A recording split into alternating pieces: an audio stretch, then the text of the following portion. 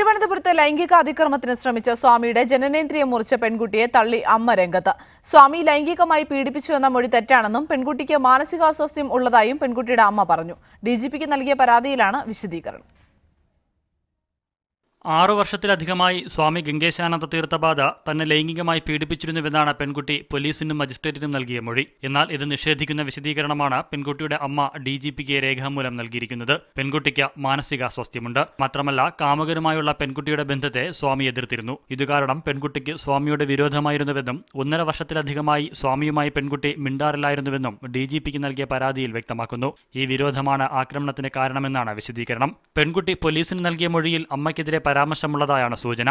സ്വാമിയുടെ അതിക്രമം സംബന്ധിച്ച് അമ്മയോട് പറഞ്ഞിരുന്നുവെങ്കിലും ഇടപെടാനോ തടയാനോ തയ്യാറായില്ലെന്നും അമ്മയുടെ അറിവോടെയാണ് സ്വാമി ലൈംഗികാതിക്രമം നടത്തിയതെന്നും പെൺകുട്ടിയുടെ മൊഴിയിലുള്ളതായി വിവരമുണ്ട്.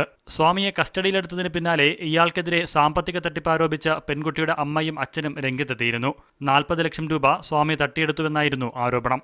ഇതിനു പിന്നാലെയാണ് സ്വാമിയെ അനുകൂലിച്ചും പെൺകുട്ടിയെ തള്ളിയും അമ്മ തന്നെ രംഗത്തെത്തിയിരിക്കുന്നത്. മീഡിയ 1 തിരുവനന്തപുരം.